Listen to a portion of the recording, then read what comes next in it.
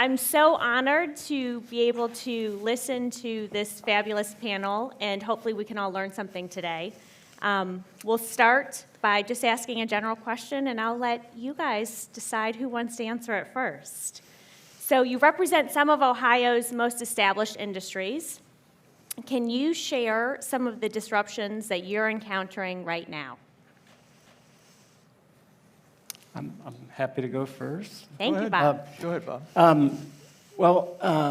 You know, a lot of people, including us, have been struggling with workforce and our supplier partners and the whole value chain. So really, everything that's really, really important to us has been something that we've been working on to stabilize. And, you know, we see that happening, and we see our ability to get parts manufactured through the supply chain in such a manner that we are on an improvement track that I think during this calendar year we'll see a much better stabilization. So fair to say workforce and supply chain? Yes. Okay. Go ahead. I'll go. I think, you know, it's interesting. We talk about disruption and we talk about innovation, and there's the kind of things that Tommy Mihalovic is doing, which is incredible. But there's also just being really agile and being able to adapt and try things and fail. And I think a good example of that, which is sort of on the other end of the sophistication spectrum, and all of you participated in it, was the pandemic. And you think about, you know, the necessary, you know, there's disruption. You have to absolutely react to it. You have to try things, and certainly at a different level, but it's something that everyone experienced. So I just think when we think about innovation, there's some great things that are cutting edge, but sometimes you just have to react to what's there, and that requires innovation. It requires being agile. I'm in the banking business. There's been a little bit of that lately. So it's just I think we talk about innovation, it's a pretty broad topic. Sometimes it's a strategy that you go after, and sometimes it sort of comes to you.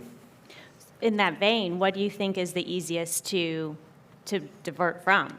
That's being forced to you, or that you're driving? I think the hardest is to have a vision that's out there and to stay with it and to adjust. I think basically when it comes to you, you're really in the reaction mode. It still requires innovation. It still requires agility. It still requires that you try this, try that. But I think what's a lot harder is to figure out what is really unique and keep adjusting that. I think that takes a lot more. I mean, it's just a lot more strategic. Mm-hmm. Well, you've heard a lot about innovation in healthcare today, that's for sure, from the amazing life science and biotech world that's happening in Ohio. And then there's the everyday delivery of healthcare that all of us experience that our speaker just mentioned just a little bit about. Certainly there's major trends coming at healthcare from just so many different directions. The consumerism trend that I think was just really mentioned is how does the consumer more and more wants control over their healthcare. That traditional, you go to the supplier, the doctor, the hospital's in charge is very quickly shifting to the consumer or the patient in charge. And how do we really respond to that in a way? How do we take all these innovations we're hearing about, from quantum computing to genetic, all kinds of gene therapies, and how do you bring them into the day-to-day delivery of healthcare that happens in Toledo, Ohio, or Dayton, or Lima? How do the healthcare institutions, the hospitals that are really on the front line, how do they take this innovation and bring it into their care pathways and their protocols in a way that it really does touch the consumer? And I think that's one of the biggest innovative challenges that a lot of hospitals and sort of legacy healthcare providers have. And so from my perspective, at American Electric Power, we have the privilege of delivering a product that you cannot live without. Sounds very similar to what you do, right? Can't live without it. And so I think, change has always been part of our fabric. And the reason I say that is because I'm dealing with Mother Nature. So I have no idea what I'm going to get from one day to the next. We have forecasts, but those aren't always right, as we all know. So I think about the fact that historically, when you look at your electricity provider, you think about safe, reliable, and affordable. has to be all those three things, right? Now we've added a new dimension. So I need to do all of those things. Now I have to be smart. I have to deliver a product that's smart. I have to deliver a product that's clean and one that's distributed, meaning it's not these big central coal stations that are producing all this power. Now it's this distributed stuff, whether it's a solar panel or an EV charging infrastructure or energy efficiency or things of that nature. So change has been part of our fabric, but I'm telling you, we've taken it to a completely new level. And so whether it's supply chain disruptions, we've been dealing with that. I spend about $3 to $4 billion annually just on expense, so related to supplies. Capital-wise, we're going to spend $40 billion in the next 5 years just on infrastructure alone to continue to deliver this service and this product that you can't live without. So innovation has been part of our history, but what we can't do is look in the rearview mirror and say, oh my gosh, look how great we did, because it's completely changed and different as you go forward with those new tenets. So that's my challenge as the leader of American Electric Power. How do I bring this team along and my regulators along to make sure we can keep the lights on? Mm-hmm. Well, and to that point, it seems like pace is an important concept. So either the pace of the disruption that you're facing or the pace of innovation, which I view innovation and disruption differently. I mean, because disruption to me is something you're being forced to tackle, and innovation is something you can be more strategic about. But do you think that this pace of disruption will continue? And if so, what are your plans for tackling it within the right time? Yeah, well, I can go. From my perspective, I think the pace is here to stay. And the reason I think that is because of technology. Technology is going to drive it. It's not going to stop. I mean, I can't live without this. Can you guys live without this? I know Nancy just talked about, a fruit thing, but I can't live without this fruit, right? This is my little Apple product here. But it's true. I don't think it stops. So we have to keep the pace, maintain the pace. And so from an electric utility perspective, and in the state of Ohio, I'm your energy delivery entity. So we do not own the generating assets. We do not create the electrons. We make sure they get to your house. So I think about, what do I need to do to make sure that the rest of the stakeholder base is coming along with me? And so that means I need to make sure I'm working closely with my regulator and my policymaker so that we can accommodate all these changes as the infrastructure needs to accommodate the needs of the customer. I think it's a heavy lift. It's a really heavy lift, and we have loads of talent and loads of people that are working on it, but it is something we have to pay attention to every day. I thought it was hard before. It's going to be even more challenging going forward. On the other hand, I think that's the fun part. I think that's the fun part. I think it's a mixed bag in healthcare. The pandemic has been tough, as I think everyone knows, and a lot of hospitals, particularly coming out of the pandemic, are struggling financially. In Ohio alone, 60% of the hospitals are in negative margin territory. So there's a lot more, I think, focus on making sure that there's an ROI on the technology or the innovation, and that how do we integrate these into how we provide care every day, and just, I think, a little bit more careful about how we just absorb all this. I think long-term, clearly the pace will be accelerating as all of these new technologies and drug therapies and so forth move into how we provide care. But I think in the next few years, a lot of hospitals particularly are going to sort of take a breath and try to figure out how do they, we brought a lot in during COVID, the financial situation, the incentives were improved, and now it's a lot of hospitals are trying to take their time to figure out, how do we make this part of the pathway and not just an add-on, and really think about where it brings value or not. So I think it's a mixed bag. Yeah, so we're the world's largest combustible engine maker. Imagine that in this era of change to electrification. So we've got our work cut out for us, and with electrification comes digitalization. And that digitalization is what is going to keep that pace accelerated. And we've been here for 40 years, and we've seen a lot of growth in North America, but what happens in the next 10 is going to be way more exciting than the last 40, to be honest with you. What the way we can connect to the customer and the way we can accommodate the customer And we want your Honda BEV to be like that Apple phone in such a way that it's exciting and quick and easy to use. And so we have a vision set out, and we say inside of our company, our risk is not to change. Our risk is if we don't change, and trying to create that entrepreneurial spirit so we can achieve what we need to meet the customer's demand. I too think the pace only increases from here.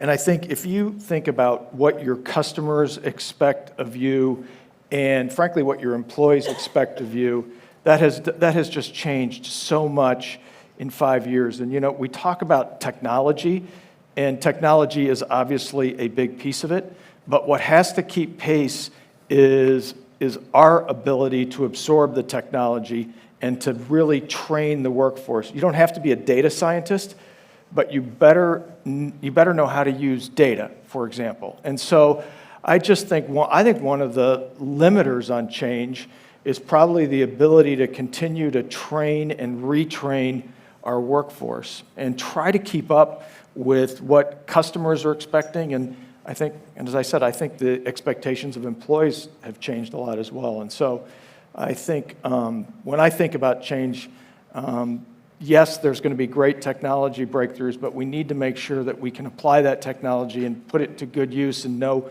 where to aim it, where we can scale it. And I think that's a big piece of it. It's completely doable, but it's a big piece of it. Well, that perfectly segues to my next question, so thank you. The question was going to be, when you have competing interests, how do you prioritize between what is just noise and what you're going to devote a lot of attention to? And what are your tips and tricks for doing so? Who do you rely on? What do you consult? What are the real-world things you do to make those distinctions? Yeah, I could start. It's my customer. I have to listen to my customer.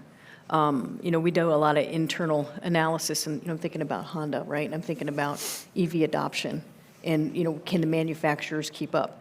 And if I talk to my own forecasting team, they'll tell me, well, today in my AEP Ohio service territory, I have about 16,500 EVs.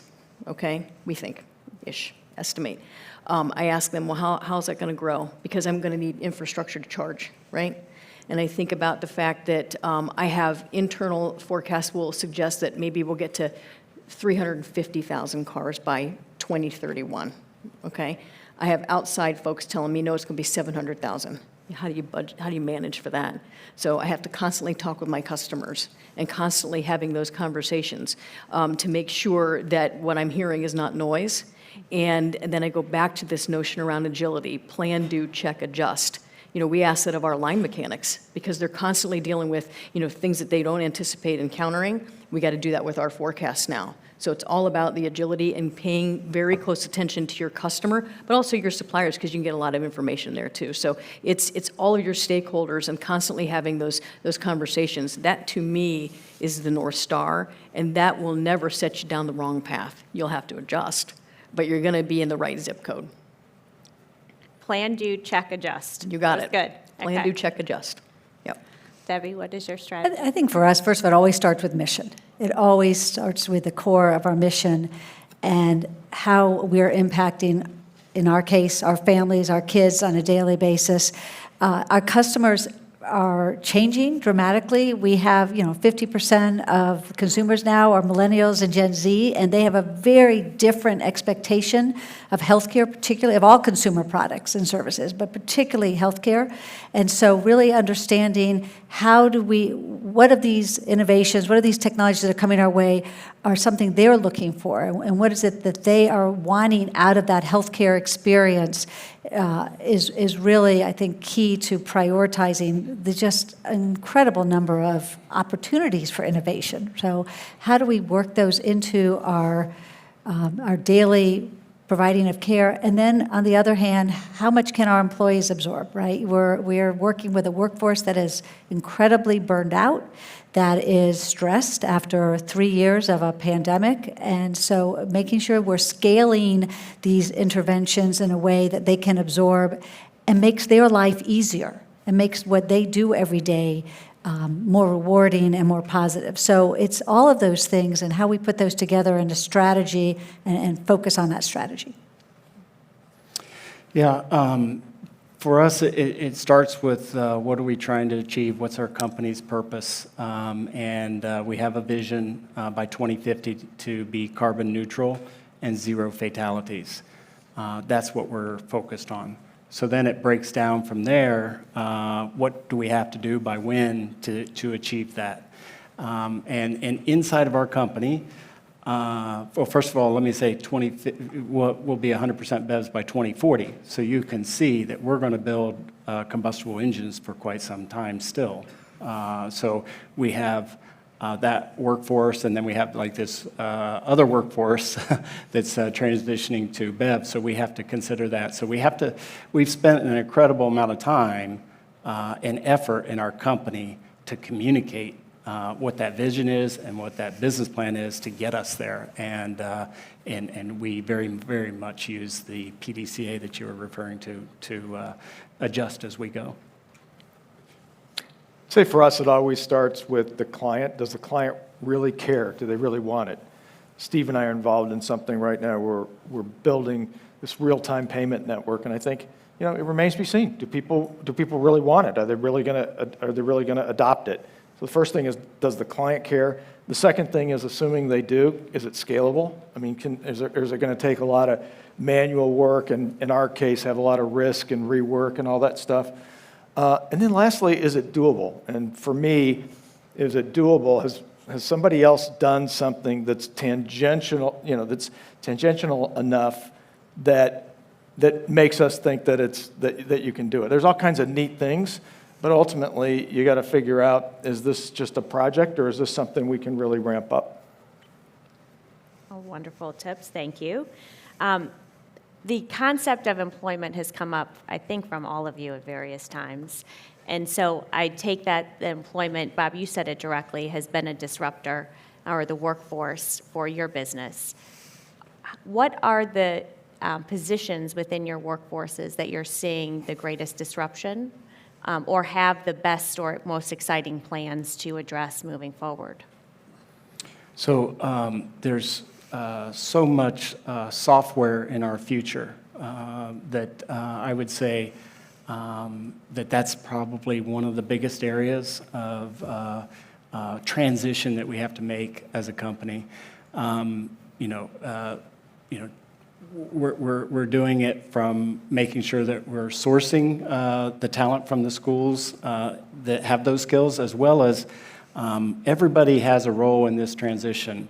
And so in some cases, we're retraining and upskilling the current workforce to meet the demands that we have going forward. So I think, through COVID, we've become a lot better of reaching into the schools and making the connection and doing, the recruiting that we need to do. And I think that's only made us stronger for what we need to do going forward.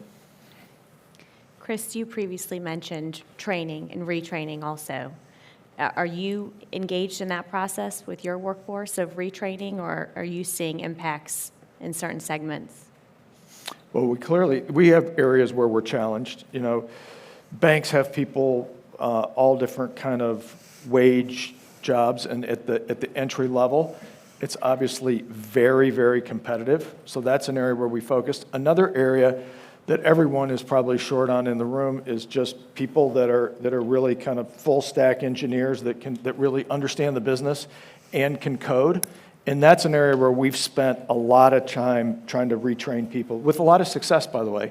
And it goes back to something we said earlier. We always put these specs that we need. Somebody has to have this degree and that degree and have done that. When it comes to coding, if you can give people a few tests, all of a sudden you can find that you've got people in your organization that you can train that can be really good at things. And it also, for us, it's been a big, big help on the diversity front. So we have, right within our midst, we had a lot of people that frankly had a lot of talent.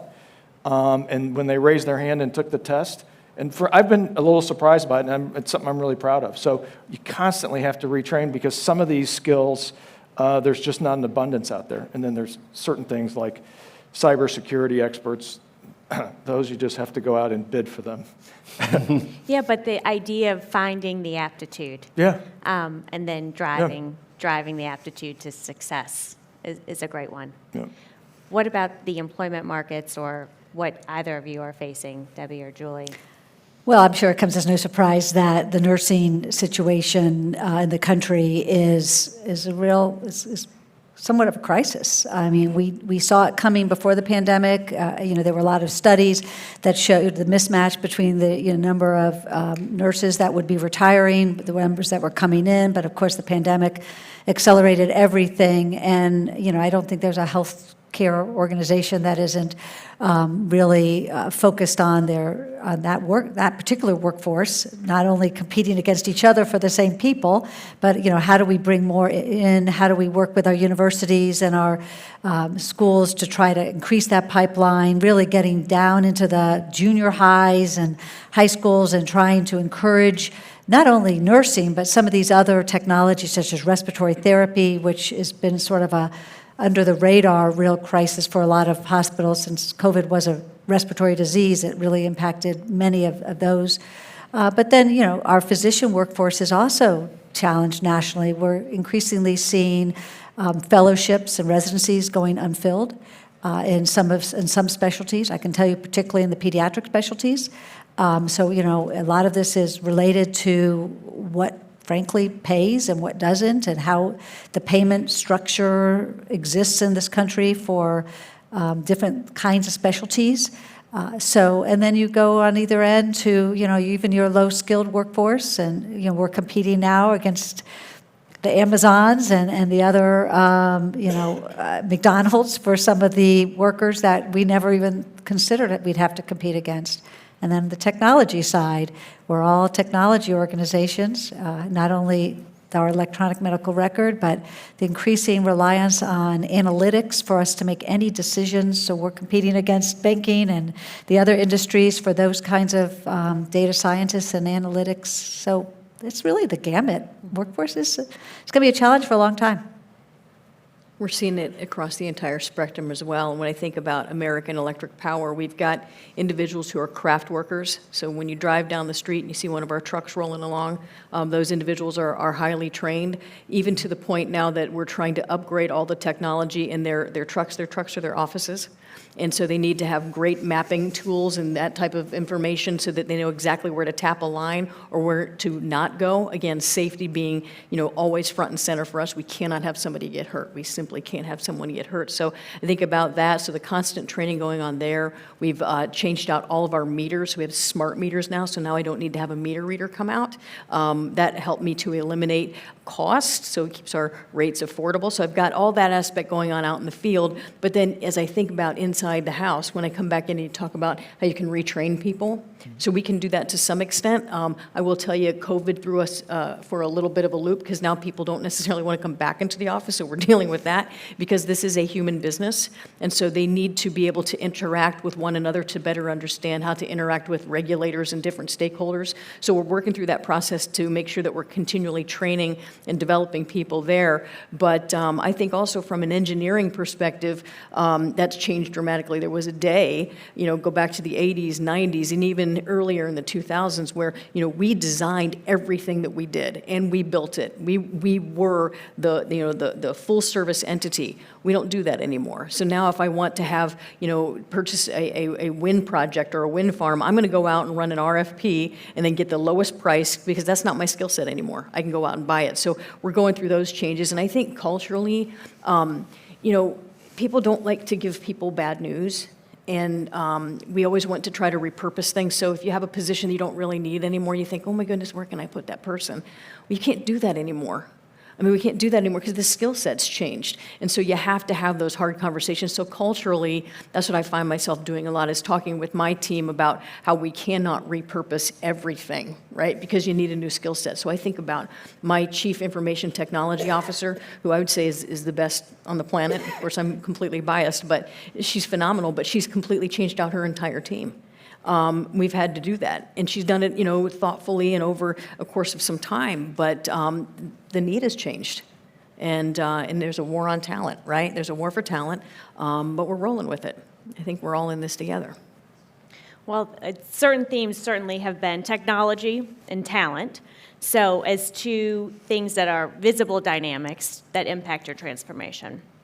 Are there other things that we've not talked about or we've not talked about very fully that impact the transformation of the businesses the transformation that your businesses need besides technology and talent? Go ahead. I think in healthcare, you're just seeing such a entry of non-traditional competitors that are coming in and affecting the industry in many different ways. You know, the most visible, of course, have been, you know, your drugstores and so forth going into healthcare clinics, but that's expanding in dramatic ways. And, you know, how it impacts decisions that are made you know, lines of business that you're in and you're not in. I think that has a tremendous impact. The vertical integration, the providers moving into the payers moving into the providers and maybe becoming one. I mean, the recent announcement between Geisinger and Kaiser, I mean, these are really big changes happening in the industry. A lot of them are enabled by technology, but they're separate from that. And then just that whole trend of that millennial Gen Z consumer and what they're expecting is so different than what traditional healthcare has offered. So I think there's a lot of trends happening in healthcare, and everybody's trying to figure out how best to respond. I think that's huge. I think actual customer preferences and trends. Who would have thought a decade ago that some huge percentage of everything you purchase would show up in a cardboard box on your door when you come home every night? I mean, the customers change quickly, and ultimately that's got to drive the whole thing. Yeah, so I mentioned earlier, by 2050, we want to have no impact on the environment, and that comes with carbon neutrality, clean energy, thank you, and resource circulation. So that's the one I want to really highlight. Resource circulation is developing that circular economy so that when we're building the next vehicle, we can use the old vehicle to get the minerals. We don't have to go to the mine. Or keeping the vehicle in the market longer and refreshing it.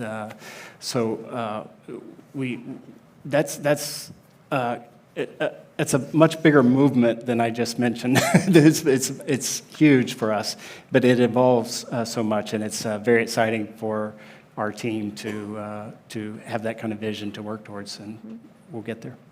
So I think I have a unique little wrinkle on my business Okay. that we wouldn't have anticipated. So I think we've talked about cyber, so we got cyber risk. And so we all talk about that. And I think about the energy delivery infrastructure. We can't have the Eastern Interconnect go down where everybody loses power. So that's top of mind for us constantly. But I also think about the physical attacks that are happening on our system as well. So not just American Electric Power, but you hear about these in the news all the time. So that's really stepped up as it relates to topics that are not only of interest to my organization, but most definitely my board. And then as I meet with folks in DC, absolutely top of mind there too. So that's changed up the sense of urgency that we have on different types of investments that we make. Because again, I thought these things would come on when I got up this morning. Did you guys? I thought I would snap my lights on, I'd be able to take a shower and get ready to go to work, right? And so that's what the rest of the world's thinking too. So we need to make sure we're doing everything we can to have a resilient I shouldn't say bulletproof, but kind of bulletproof grid. Yeah. Well, as we get to one last question for each of you, what would you like to share with the other chief executives in this room around your personal approach or your business approach for approaching industry transformation? People. I think too often we focus on the technology, too often we focus on the software, and ultimately the only thing that drives change are people. Yeah, same people. And I would say communication throughout the company to those folks so that they can understand where we're going and how we're planning on getting there. Yeah, I would agree. It's really aligning our people with our strategy and, again, the mission, and keeping that alignment really clear so that as we bring new technologies and new innovations in, that there's a real good understanding of how it connects to mission and why it's important for them and, most importantly, for our families and our kids. Yep, I couldn't agree more. It's all about the team. And, you know, I always used to say that when I look at least, again, my industry, it's pretty homogeneous. We've got different structures in different states, depending on legislation and all those things. But at the end of the day, if you're a Wall Street type person, where are you going to put your money to work? You're going to put your money to work with the team you think that's going to get the ball across the line. So the single differentiator, in my opinion, in any industry is going to be your team. It's wonderful. Well, we clearly have a very candid panel, and I'd like to take the last couple of minutes to invite any questions that you may have for any of the panelists. Anyone? In your challenges to bring new people in your company, how much wage inflation have you had? So the question, if I might repeat it, if the challenge is to bring new people into your organization, how much wage inflation have you faced? A lot.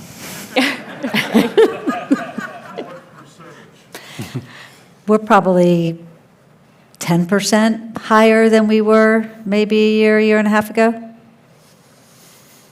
At the entry level, we're probably closer to 25% since 2020. Yeah, I'd say on the production floor, I would say 15 to 20, depending on which location, but.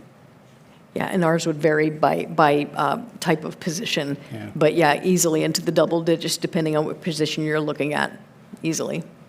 And so what we're trying to do is make sure that we're offsetting that somewhere, which has been darn near impossible with supply chain issues and all that good stuff. But that's why you got to be really disciplined on everything else. If there's something you're not using, you throw it off the back of the truck. You don't spend the money. I have a question around obviously there's a transition to alternative energy. There's obviously a transition to alternative energy and so forth, but how do you balance the reality with the theory on how quickly some of these things may or may not happen? For example, I'm in transportation. For me to convert my fleet, it's a 10 to 15 year process. It's not going to happen by 2030. So I guess how do we as a business community manage and predict those future expectations and also manage that with the regulatory authorities, policy that we all want a cleaner environment, but how do we manage that transition and separate the reality from the theory? I love that question because we're living it. And that's why I'm talking to you, to see what you guys are doing, especially around fleet. Because when I think about our business, I need to make sure that we have the infrastructure available to accommodate any changes that you all make. I also think about this. So again, in the state of Ohio, American Electric Power and any utility company in the state of Ohio doesn't play in the generation space. So we're not dealing with the electrons, we're just dealing with the delivery. But I'm in 11 states. So outside of Texas and Ohio, I'm fully vertically integrated. So I think about this a lot because I think about the fact that there is very much a push to renewable type sources of energy. And you can't make that change overnight. Right? And so I'll give you an order of magnitude. Of the $40 billion American Electric Power will spend on its energy infrastructure over the next 5 years, $9 billion, 9 of the 40, relates to that energy transition, specifically investing in renewables. So the other thing I need to keep in mind, because I've got other regulators that we're dealing with, is I need to make sure that we have those energy sources available. And there are certain metrics that we have to be able to accommodate from a regulatory perspective. It's called reserve margins. I got to make sure I have more energy than what the customer is going to need just in case something goes down. It's very hard to do with renewables because if the wind doesn't blow or the sun doesn't shine and I don't have energy storage, I got to have something that's dispatchable. So to me, and to my organization, I think it's an issue of balance, okay? And there are new technologies, things that, around carbon capture and sequestration that can allow me to use fossil-based fuels. They're not economical at this point, but I think eventually we'll probably get there. So to your point, I think it's going to take a little longer than people would like to hear us say. But, for us, we're trying to get to net zero by 2045. We want to get to an 80% reduction I think, in 2030. So we're working down that path, but we're going to have technology catch up with us. And one thing I'm not going to bet against is the pace of technology, because time and time again, it always, comes through. It does, and we're always shocked by it. How do we do that without losing Ohio's competitive position in affordable energy and resources? Yeah, from my perspective, we'll make sure that we have the best energy delivery infrastructure. Okay, so it's going to continue to attract business. So data centers, that type of thing, that's putting us on the map from a technology standpoint. I had a 30% increase in my load from data centers in 2022. So it's working. It's working. I don't supply, again, the energy, so that those data centers are going to have to work with different entities on the competitive side of the business to be able to come to this space. So far, that is working as well, but we got to keep our foot on the gas. There's no silver bullet. I don't have a direct answer for it. Well, with that, if I can accurately gauge the time and move us along, I want to thank each of you today for being so honest and candid and appreciative of your remarks. Thank you. Thank you. Thank you.